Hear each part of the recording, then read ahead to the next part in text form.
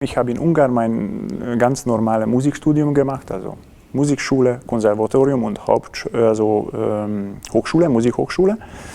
Und da kam die Idee, vielleicht ins Ausland zu gehen, zum weiteren Studium zu machen. Und da kam ich auf die Idee oder die Möglichkeit kam, dass ich nach Karlsruhe vorspielen könnte beim Reinhold Friedrich.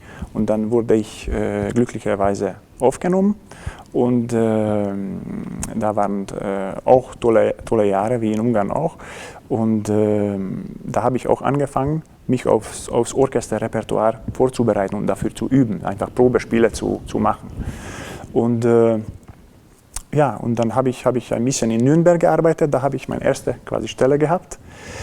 Ein halbes Jahr. Und auch in dieser Zeit, wo ich in Karlsruhe war, das war 2 Jahre, zwischen 96 und 98, da war ich ständig Aushilfe im Budapester Festivalorchester, wo ich immer also ganz viele Tourneen mit ihm gemacht, und das war eine sehr gute Schule fürs Orchesterrepertoire, das ich mit einem tollen Orchester dort erleben durfte. Und dann kam dieses Probespiel hier in Luxemburg, habe ich mich beworben und dann hat das glücklicherweise geklappt.